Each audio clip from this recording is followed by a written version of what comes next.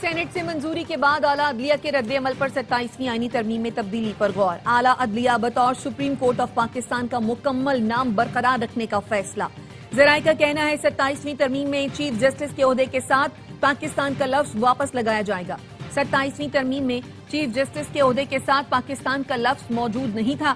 Chairman P T I barrister Gohar نے بھی گزشتہ روز قومی اسمبلی میں چیف جسٹس آف پاکستان کا عہدہ ختم ہونے کی نشاندہی کی تھی.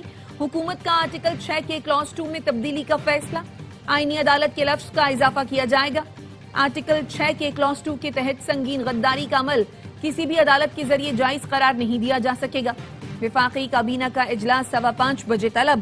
آئینی ترمیم میں مزید شقیں شامل کرنے کی منظوری دی جائے گی.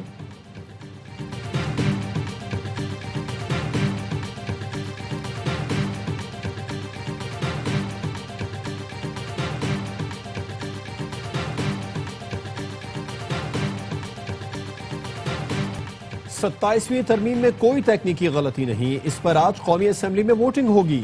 وزیر قانون اعظم نذیر تارڑ کہتے ہیں 2-3 اچھی تجاویز آئی ہیں، ان پر بات ہو رہی ہے. کہیں ابہام ہو تو بہتر ہے اس پر بحث کر لی جائے. کسی قسم کی ترمیم کی ضرورت پڑی تو اس حد تک اسے سینٹ میں پیش کیا جائے گا. اسلام آباد سے باہر جانے والے سینیٹرز کو کل اجلاس میں شرکت کی ہدایت. سینٹ 2/3 اکثریت سے ترمیم دوبارہ منظور کرے گی. وزیر قانون کی وفد کے ہمراہ بلاول بھٹو زرداری سے ملاقات. 27ویں آئینی ترمیم پر مشاورت. بلاول بھٹو کی زیر صدارت پیپلز پارٹی کی پارلیمانی پارٹی کا اجلاس. آئینی ترمیم کو ووٹ دینے کی منظوری دے دی.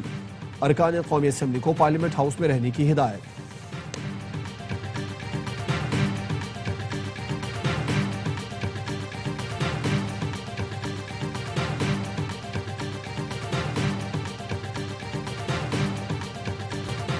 اسپیکر قومی اسمبلی نے اپوزیشن کو پھر مذاکرات کی دعوت دے دی. سردار ایاز صادق نے کہا وزیر اعظم نے ایوان میں کھڑے ہو کر مذاکرات کی پیشکش کی. 3 اجلاس ہوئے، آپ نے بائیکاٹ کیا. میرا کام سہولت کاری کرنا ہے. مذاکرات کی میز پر آئیں.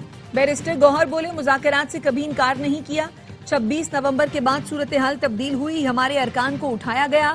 ہم پاکستان کے ساتھ تھے اور ہمیشہ رہیں گے.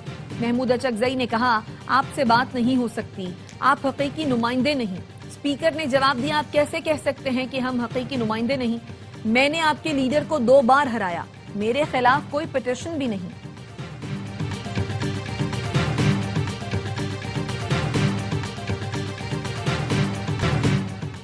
پی ٹی آئی دور میں آئین سے کھلواڑ کیا گیا. حقیقی قانون سازی اپوزیشن برداشت نہیں کر پا رہی. وزیر اطلاعات عطا تارڑ کا قومی اسمبلی میں اظہار خیال. کہا پی ٹی آئی نے 27ویں آئینی ترمیم کے لیے کوئی تجویز پیش نہیں کی. نفرت کے بیج بونے والوں کو کوئی فراموش نہیں کر سکتا. چور دروازے سے اقتدار میں آنے پر بھی ان کو معافی مانگنی چاہیے. یہ سیاسی لوگ نہیں. ان کے گناہوں کی لسٹ بڑی لمبی ہے. یہ نئی روایت چل پڑی ہے کہ وہ بات کرو جو افغانستان اور بھارت میں ہیڈ لائن بنے.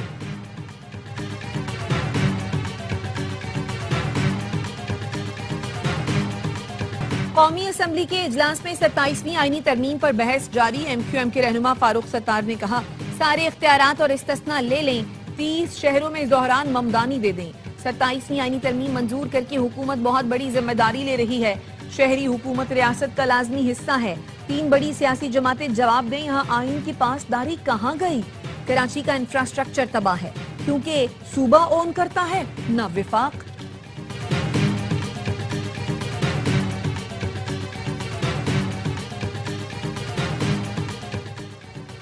اسلام آباد میں ججوں کی تقرری کے لیے ایگزیکٹو کی عدلیہ سے مشاورت لازمی قرار. اسلام آباد ہائی کورٹ کے جسٹس بابر ستار نے 73 صفحات پر مشتمل فیصلہ جاری کر دیا. کہا کوئی بھی قانونی یا انتظامی عمل جو عدلیہ کی آزادی کو متاثر کرے وہ آئین سے متصادم ہے.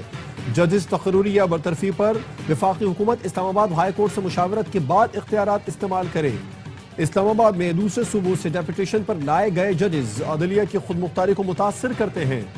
سپریم کورٹ یا اسلام آباد ہائی کورٹ کی مشاورت کے بغیر تقرری، ٹرانسفر یا برطرفی غیر قانونی تصور ہوگی.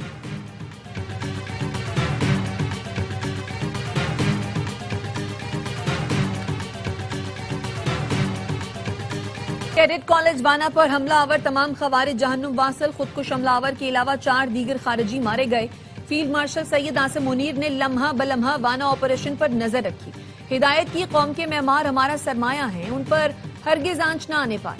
آپریشن کمانڈر کرنل محمد طاہر کہتے ہیں 10 نومبر کو 5 افغان خوارج نے کیڈٹ کالج پر حملہ کیا، بچوں کو یرغمال بنانے کی کوشش کی، سیکیورٹی فورسز نے خوارج کے مذموم عزائم کو ناکام بنایا، دہشت گردوں کو مخصوص بلاک میں محدود کر کے طالب علموں کی حفاظت یقینی بنائی۔ دہشت گردی کے خلاف کیڈٹ کالج وانا کے اساتذہ اور کیڈٹس کے حوصلے بلند، کہا ہمیں معلوم تھا کہ حملہ تعلیم کے دشمنوں نے کیا ہے۔ پاک فوج کے جوان 24 گھنٹے ڈٹ کر کھڑے رہے۔ امن اور تعلیم کے دشمن کبھی کامیاب نہیں ہوں گے۔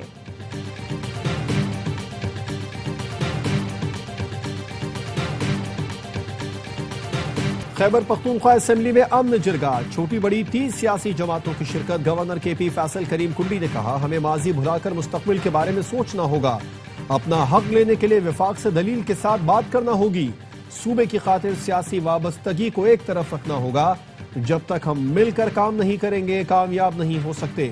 وزیر اعلیٰ سہیل آفریدی بولے امن کے لیے صوبائی حکومت ہر ممکن اقدام کرے گی، سب کو ساتھ بٹھا کر پالیسی بنائی جائے تو وہ قابل قبول ہوگی، شارٹ ٹرم کے بجائے پائیدار امن کے لیے ٹھوس اقدامات کیے جائیں۔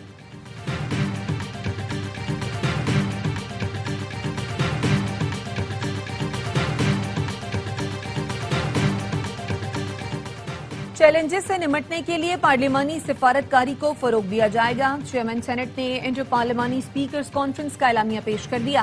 اعلامیے میں کہا گیا امن و استحکام اور شمولیتی ترقی کے لیے مل کر کام کریں گے۔ مشترکہ چیلنجز سے نمٹنے میں پارلیمنٹس کا اہم کردار ہے۔ IISc فورم مکالمے اور مذاکرات کے فروغ کی حمایت کرتا رہے گا۔ علاقائی تنازعات کو مذاکرات اور بات چیت سے حل کیا جانا چاہیے۔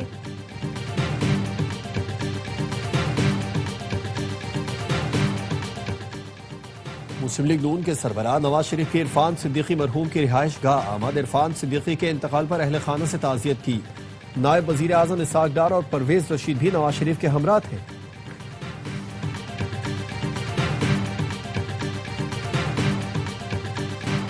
دہشت گرد وانا کیڈٹ کالج میں APS پشاور کی تاریخ دہرانا چاہتے تھے، بہادر افراد نے دہشت گردوں کا منصوبہ ناکام بنایا۔ وزیر دفاع خواجہ آصف کہتے ہیں جنگ جاری ہے، دعا ہے پاک فوج فتح یاب ہو اور دہشت گردی کا خاتمہ ہو۔ طارق فضل چودھری کا کہنا ہے اسلام آباد کو محفوظ بنانے کی ہر ممکن کوشش کی جا رہی ہے، دہشت گردوں کو ہر صورت شکست دیں گے۔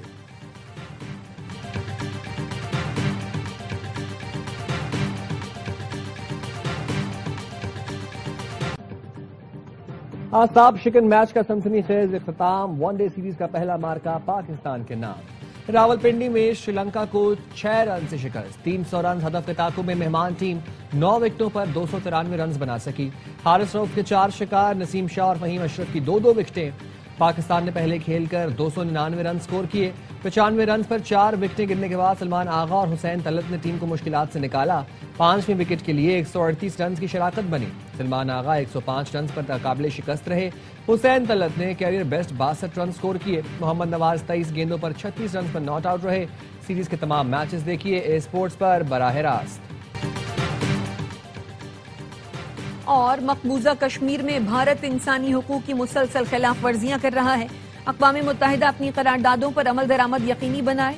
کنوینر کل جماعتی حریت کانفرنس غلام محمد صفی کی نیوز کانفرنس، کہا مقبوضہ کشمیر کے عوام اپنے حقوق کے لیے آواز بلند کرتے ہیں تو ظلم کیا جاتا ہے، کشمیریوں کی قربانیاں رائیگاں نہیں جائیں گی۔